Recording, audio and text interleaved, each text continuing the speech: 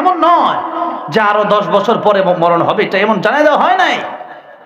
এরপরে এই মিথ্যা তহমত মানুষের ভিতরে ব্যাপারে আমরা দেই, যেই মিথ্যা তহমত দেওয়ার কারণে অনেক সময় এক একটা মিথ্যা দোষের কারণে মানুষ 10 বছর 15-20 বছর কারাভোগ করে, ঠিক না বেঠিক? আল্লামা সাঈদী 13 বছর কারাগার ভোগ করেছেন। রাজাকার যেই কথাটা আল্লামা সাঈদীর ব্যাপারে বলা হয়েছে, আদৌ কি কোনো পাগলও বিশ্বাস করবে এই কথা? এরপরেও আল্লামা সাঈদীকে কারাগারে রাখা হলো। এই রাজাকার এই শব্দটা এখনো কিছু লোক ব্যবহার করে। রাজাকার শব্দ ব্যবহার করেছিল ফ্যাসিস্ট স্বৈরাচার খুনি হাসিনা। আজকেও যারা আলেমদের ব্যাপারে রাজাকার শব্দ ব্যবহার করো, হাসিনা জীবন পলায় যাওয়ার আগে লেগেছে, তোমাদের সেই অবস্থা হবে মনে রাখো, ঠিক না বেঠে? যারা আজকে আলেমদেরকে রাজাকার বলো, তোমার রাজাকার বলে কি বুঝাইতে চাও? কি বুঝাইতে চাও?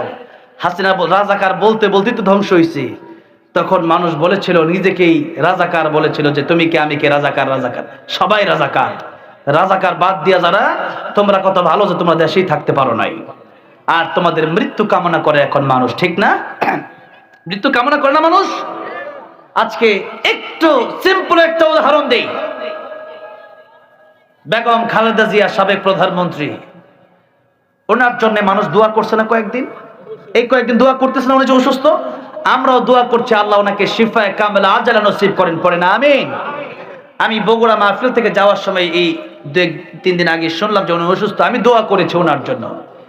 এরপরে আমি ব্যক্তিগতভাবে আমার পেজে লাইভ দিয়ে আমি ওনার জন্য দোয়া করেছি যে উনি আসলে মাজলুম ছিলেন। এটা তো, এই কথাটা সত্যি, উনি মাজলুম ছিলেন, উনি কারাভোগ করেছেন নির্দোষভাবে।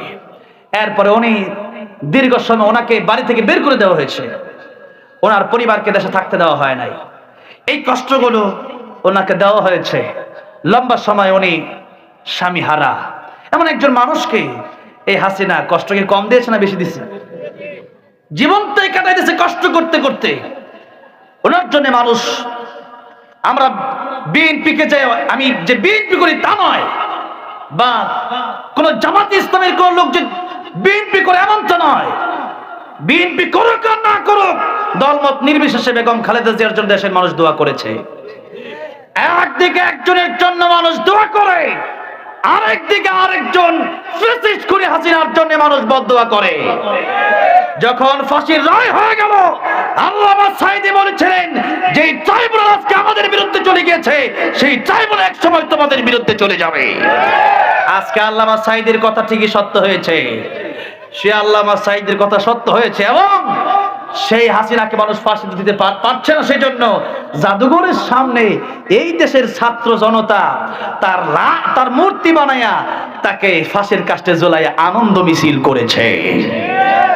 বোঝা হয়ে গেছে, এমন জীবন করিও গঠন, মরণে হাসিবে তুমি কাঁদিবে ভুবন। কিন্তু তারা এমন জীবন গঠন করছে যে জীবনে আজকে তারা কাঁদে, আর মানুষ তাদের মৃত্যু নিয়ে হাসাহাসি করে, ঠিক না বেঠে? এমন জীবন কি আমাদের গঠন করা যাবে? না। এমন জীবন করিও গঠন, মরণে হাসিবে তুমি কাঁদিবে ভুবন।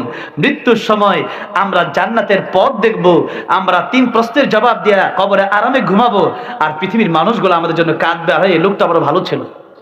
এরকম হওয়া দরকার না আমাদের? এরকম হওয়া আমাদের দরকার। আল্লাহ আমাদেরকে তুমি এক এবং নেক বানায় দাও, জোরে কোন আমিন।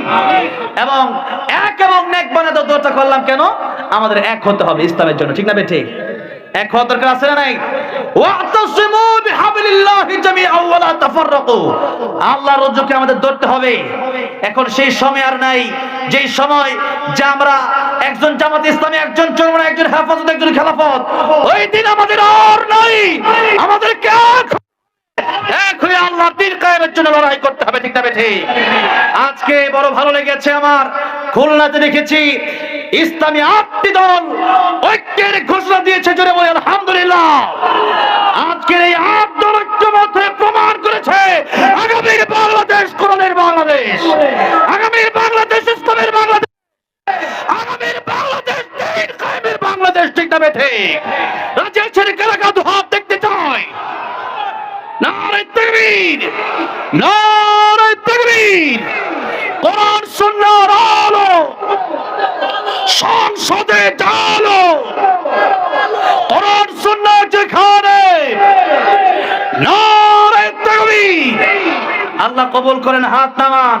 সেই দিন আর নাই, শুধু দেখতে হবে আল্লাহ মানে কিনা, শুধু দেখতে হবে নবী মানে কিনা, দেখতে হবে নামাজ পড়ে কিনা, দেখতে হবে সে ব্যক্তিটা আল্লাহ নামে কোরবানি দেয় কিনা।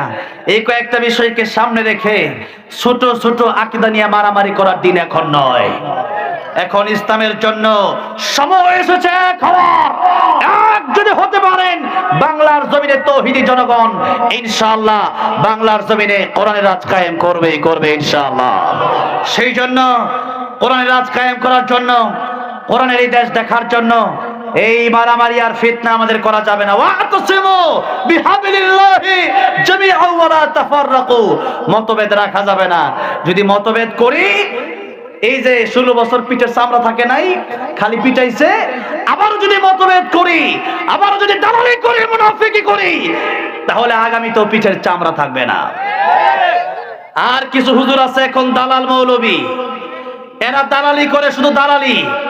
দালালদেরকে বলছি বাংলার জনগণ আপনাদেরকে চিহ্নিত করে রাখবে, আপনাদেরকে মুনাফিক হিসেবে আখ্যায়িত করবে যদি আপনারা এখন ইসলামের বিরুদ্ধে যান, ঠিক না বেঠে?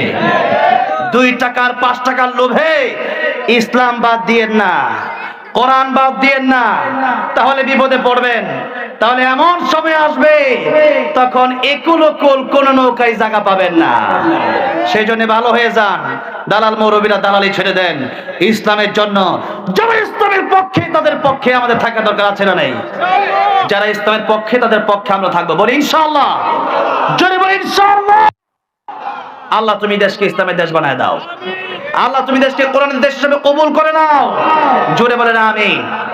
আমার ভাইরা, আমার বাবাজিরা, সমালোচনা এদিক সেদিক না তাকায়া নিজের দিকে দেখেন, নিজে কতটুকু দিন কায়েমের জন্য কাজ করতে পেরে